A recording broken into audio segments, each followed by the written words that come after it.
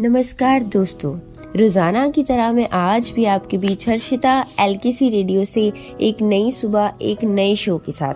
तो दोस्तों, आज हम बात करेंगे मिडिल क्लास फैमिली पर। मैं उस मिडिल क्लास फैमिली से हूँ जहाँ पुराने कपड़ों का पोछा बन जाता है और बॉर्नविटा का डब्बा खाली होते ही दालें रखने के काम आता है। फिर यहाँ कबाड़ वाले का इंतजार किया जाता है, ये सोचकर कि कबाड़ वाला आएगा तो कबाड़ के बदले पैसे देकर जाएगा। फिर मैं उस मिडिल क्लास फैमिली से हूँ जहाँ कोई खर्चा करने से पहले 100 बार सोचा जाता है कि आटा, दालें और चावल भी खरीदने हैं। फिर पूरा बाजार घूमकर एक सस्ते और टिकाऊ कपड़ा खरीदने के सफर से लेकर सस्ती चप्पलों में ही खुश हो जाने वाले को गरीब कहते हैं।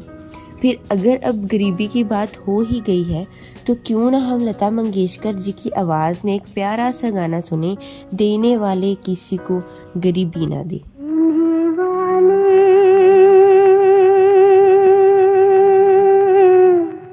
देने वाले किसी को गरीबी ना दे, मौत दे दे मगर बदनसीबी न दे। देने वाले किसी को गरीबी न दे, मौत दे दे मगर बदनसीबी न दे।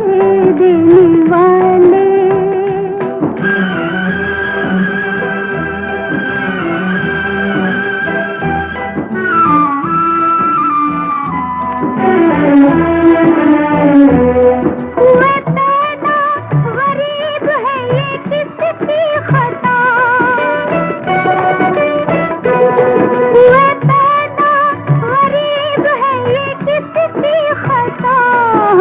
दुनिया में क्यों तूने लाया बता, क्यों है चुप कुछ बता, कुछ बता, कुछ बता।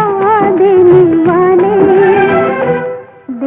वाले किसी को गरीबी न दे, मौत दे दे मगर बदनसीबी न दे। देने वाले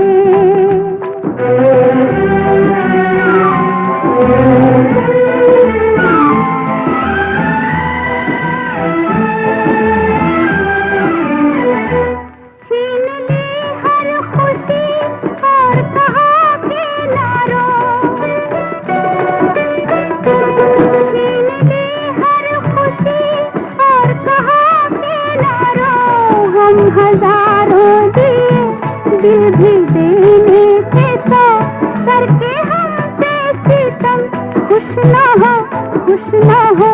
देने वाले किसी को गरीबी न दे, मौत दे दे मगर बदनसीबी न दे। देने वाले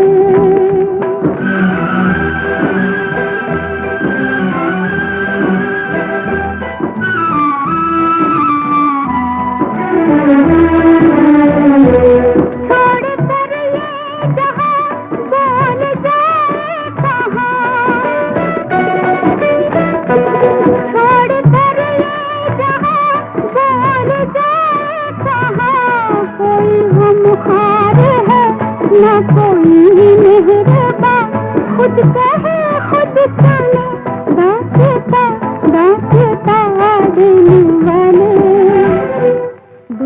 वाले किसी को गरीबी न दे, मौत दे दे मगर बदनसीबी न दे। देने वाले लता मंगेशकर जी की आवाज ने तो हमारा दिल ही खुश कर दिया। तो हम बात कर रहे थे मिडिल क्लास फैमिली की। मिडिल क्लास फैमिली मतलब एडजस्टमेंट, बारी बारी सबकी ज़रूरतों को पूरा करने वालों को मिडिल क्लास फैमिली कहते हैं। फिर मेरे कॉलेज में एक लड़की थी जिसके बाल सी ग्रीन कलर के थे। फिर उसके बालों को देखकर हर बार मुझे पता नहीं क्यों ऐसा लगता था कि ऐसे बाल मुझ पर भी बहुत अच्छे लगेंगे। फिर मैंने कुछ दिन सोचा, फिर मैंने डरते डरते एक दिन अपनी माँ से पूछ ही लिया कि माँ मुझे बाल कलर करवाने हैं। माँ ने बोला क्या?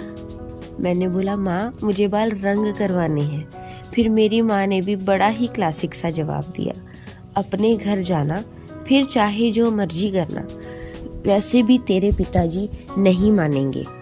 फिर उस दिन मुझे मेरी माँ की बातों का कुछ बुरा तो ज़रूर लगा ही था, और फिर मैंने भी सोच लिया कि मैं तो बाल कलर ज़रूर करवाऊंगी। फिर मेरी माँ ने भी मुझे आगे से कह ही दिया कि बाल ओम्ब्रे करवाना मतलब हमारे घर में आने जाने का लाइसेंस कैंसिल करवाना। फिर मैंने सोचा कि मेरा अपना घर कौन सा है, जहाँ मैं अब रह रही हूँ वो, या जहाँ मैं शादी के बाद जाऊंगी। चलो खैर छोड़ो इन सब बातों को। ये सब बातें मिडिल क्लास फैमिली में इंसान को रहने का तरीका सिखाती हैं। फिर सिर्फ ज़रूरत की चीज़ों को खरीदना और ज़रूरत की चीज़ों को ही ज़रूरत के हिसाब से इस्तेमाल करने वालों को मिडिल क्लास फैमिली का माहौल कहते हैं।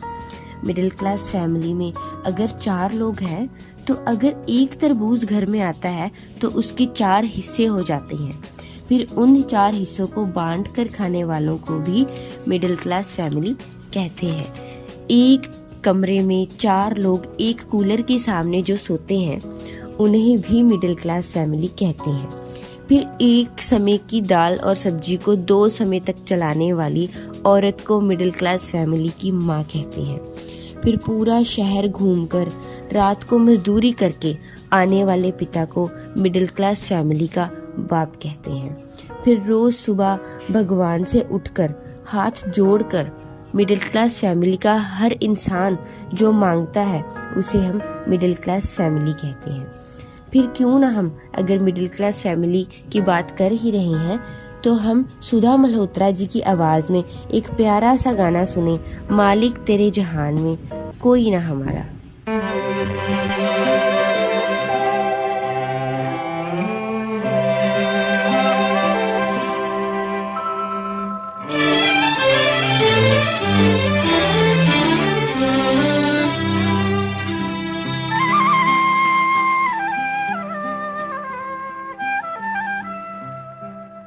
मालिक तेरे जहां में कितने बड़े जहां में कोई नहीं हमारा, कोई नहीं हमारा। मालिक तेरे जहां में अब किसके द्वार जाऊं, दुख में किसे बुलाऊं। सब कर गए किनारा, कोई नहीं हमारा। मालिक तेरे जहां में।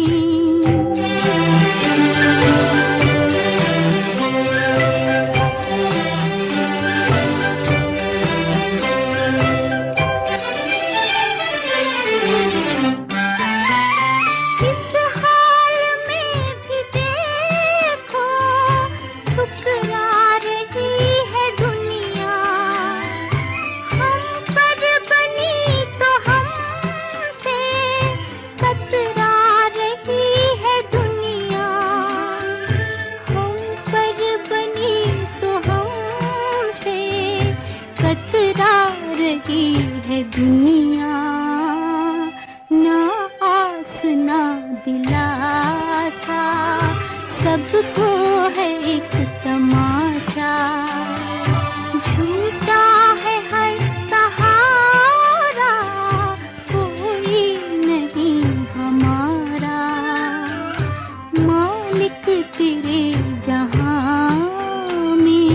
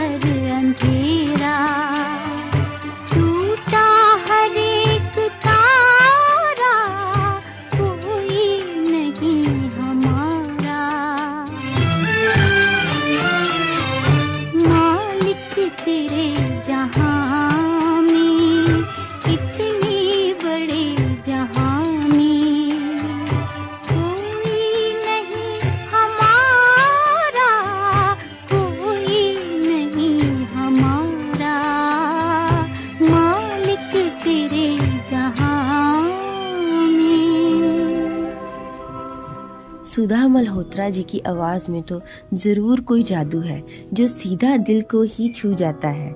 जैसे कि अब हम बात कर रहे थे मिडिल क्लास फैमिली से, तो मैं मिडिल क्लास फैमिली से बिलोंग करती हूँ। तो मेरे घर में छोटी छोटी चीज़ों की परमिशन पापा से ली जाती है। मेरे बचपन से ही एक साइकिल पे स्कूल जाने की आदत है। मानो कि वो आदत थी नहीं, डाली गई हो, क्योंकि हम गरीब और मिडिल क्लास फैमिली से बिलोंग करते थे। मेरे स्कूल में सिर्फ 2 या 3 बच्चे थे जो साइकिल पर जाते थे, जिनमें 2 मैं और मेरा भाई थे। फिर हम छुट्टी के समय जब भी बाहर निकलते तो कड़कती धूप में हम एक ही चीज़ देखते कि हम साइकिल पर और बाकी बच्चे बस या अपने माता पिता के साथ गाड़ी या एक्टिवा पर जाते दिखते।